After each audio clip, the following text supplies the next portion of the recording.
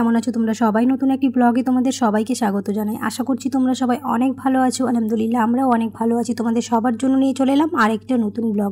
সকালবেলা দিক থেকে আজ তড়িঘড়ি করে কাজ করতে শুরু করে দিয়েছি, আর ওইদিকে আমার মা রান্নাও বসে দিয়েছে, কারণ আজকে আসবে হচ্ছে নতুন জামাই। যতই বলুক যে ও বেশিক্ষণ থাকবে না, তারপরেও তো একটুখানি যেহেতু প্রথম আসছে তার জন্য তো রান্নাবান্না করতেই হবে। তো ঘুম থেকে উঠেই দেখলাম যে আমার মা ওদিকে রান্নাটা বসিয়ে দিয়েছে, তাই আমি একটুখানি বাড়িটা টিপটপ করে নিচ্ছি। যতই হোক ও যেহেতু প্রথমবার আসছে তার জন্য একটুখানি বাড়িটা গুছিয়ে নিচ্ছি, আর কাকু এসে মুছে দিবে।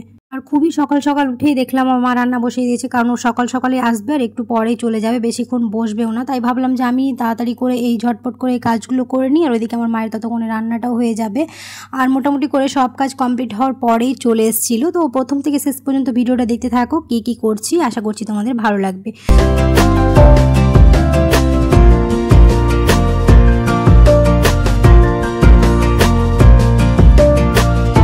ও যেহেতু এসেছিল একটা কাজে, তাই বলেছিল যে গিয়েই কাজটা করেই চলে আসবো, সেরকমভাবে বসবো না। কিন্তু যতই হোক ও যেহেতু প্রথম আসছে, প্রথমবার আসলে তো অবশ্যই একটুখানি অতিথি আপ্যায়ন করতেই হবে। তার জন্য আরও বেশি করে আমার মা রান্নাটা বসিয়ে দিল।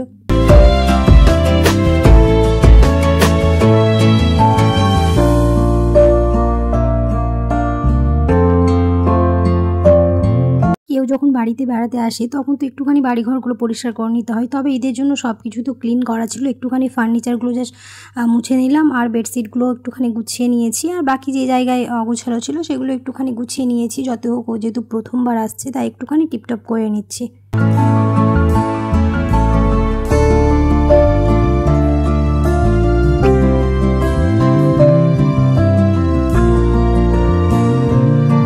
কাজ নেই বলেও যখন সব কিছু ফার্নিচারগুলো সব কিছু তুলে যখন মুছতে যায় তখন অনেকটাই সময় লেগে যায়। ওই একটুখানি কেউ আসলে হাতে সময় নিয়ে কাজগুলো করতে হয়, তাই একটুখানি সকালবেলার দিকে উঠে যদি কাজগুলো করে নিই তাহলে সময়ের মধ্যে সব কিছুই হয়ে যায়, রান্নাবান্নাও হয়ে যায়, ওইদিকে ঘর বাড়ি সব কিছু পরিষ্কার করা হয়ে যায়।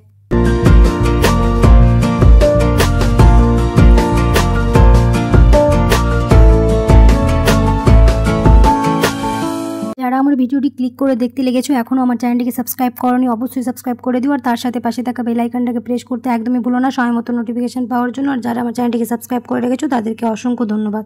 তোমরা অনেকেই আছো ভিডিও দেখে চলে যাচ্ছ, লাইক করো না, অবশ্যই লাইক করে দিও, কারণ তোমাদের একটা লাইক আমাকে অনেক মোটিভেট করে। আর ফ্রেন্ডস আর ফ্যামিলির সাথে বেশি করে ভিডিওটা শেয়ার করে দিও, আর অবশ্যই বেশি করে কমেন্ট করো, যাতে আমার খুব ভালো লাগে।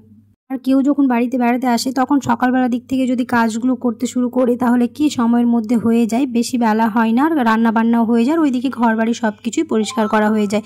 আর ওই তো বললাম কাজ নেই বলে তাও অনেকগুলোই কাজ প্রায় বেরিয়ে গেল। একটুখানি ফার্নিচারগুলো সব ঘরের ক্লিন করে নিলাম, তো একটুখানি সময়টা বেশি লাগলো, তারপরেও কাজগুলো সময়ের মধ্যে হয়ে গেছে।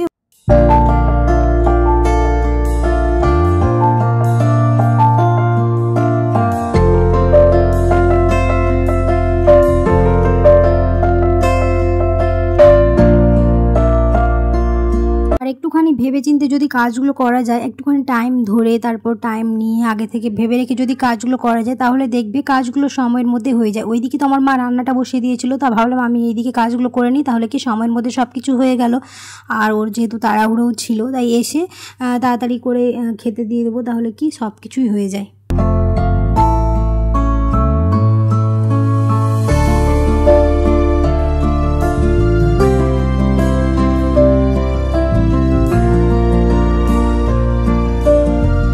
হাতে যেহেতু সেরকম বেশি সময় ছিল না, তার জন্য পোলাও বানানো হয়েছিল। যদি বেশি সময় থাকতো তাহলে বিরিয়ানি বানানো হতো, আর কাজটা একটুখানি আরও ইজি হয়ে গেছে। যেহেতু ঈদের দিন তো মাংস রান্না করাই ছিল, তার জন্য মাংসটা রান্না করতে হয়নি, শুধু ভাত আর পোলাওটাই করতে হয়েছিল। মাংসটা ওই ফ্রিজ থেকে বার করে গরম করে নিয়েছিলাম। মোটামুটি করে এদিকে আমার সব কাজ হয়ে গেল, ওইদিকে রান্নাটাও হয়ে গেছে। ওই তো সময়ের মধ্যে হয়ে গেল। আমাদের কাজ কমপ্লিট হওয়ার পরেই ওরা চলে এসেছিলো। এখানে লস্যিটা বানিয়েছি, সেরকমভাবে আর ভিডিও করিনি কারণ খুবই তাড়াহুড়ো হয়ে গেছিলো। তো ওইদিকে লস্যিটা বানিয়ে এদিকে এখন একটুখানি প্লেট দিয়ে দিলাম, ওই ফল একটুখানি খেজুর, ডিম, ড্রাই ফ্রুট আর মিষ্টি। এদিকে টিফিনগুলো দেওয়ার পরে এদিকে খাবারগুলো আমরা বেড়ে নিয়েছিলাম, কারণ ও তাড়াহুড়ো ছিল তাই বেশিক্ষণ বসতো না, তার জন্য ওই ফাঁকে আমরা এই কাজগুলো করে নিয়েছি। তো সকালবেলায় তাড়াহুড়ো করে বানানো হয়েছে হচ্ছে ভাত, ওইদিকে পোলাও, এদিকে খাসির মাংস ছিল, গরুর মাংস, শসা, লেবু, পাঁপড়, দই আর মিষ্টি। এই ছিল খাবার। ওই তো বললাম হাতে যদি বেশি সময় থাকতো তাহলে বিরিয়ানি বানানো হতো, আর যেহেতু কাজে এসেছিলো তার জন্য তাড়াহুড়োতে এটুকুই বানানো হয়েছে, আর সাথে কোল্ড ড্রিঙ্কসও ছিল। তো এটাই ছিল আমাদের আজকের মেনু। এখন তাড়াতাড়ি করে ওদের খেতে দিয়ে দিই, খেয়ে তারপর বেরিয়ে যাবে।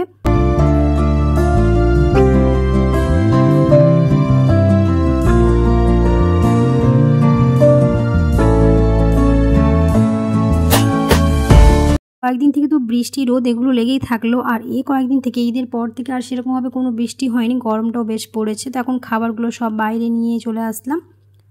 তো ওরা খেয়েও নিয়েছে, চলে গেছে। এখন আমরা উপরে এসেছি, আর ওই যে একটা ড্রাগন পেকে গিয়েছিলো, তো ওটাই এখন ভেঙে নিলাম।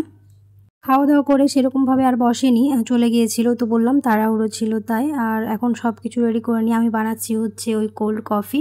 যেহেতু খুবই গরম পড়েছে তাই অনেক দিন ধরে কোনো রকম কোল্ড কফি খাওয়া হয়নি, তাই কোল্ড কফি বানিয়ে নিচ্ছি। আজকের ভিডিওটা বেশি বড় করছি না, এখানেই শেষ করে দিচ্ছি। আশা করছি তোমাদের ভালো লেগেছে। তো এখানে আমার কোল্ড কফি বানানো হয়ে গেল। দেখা হবে খুব শিগগিরই পরের একটি নতুন ব্লগে। সবাই খুব ভালো থাকবে, সুস্থ থাকবে, সাবধানে থাকবে। আল্লাহ হাফেজ।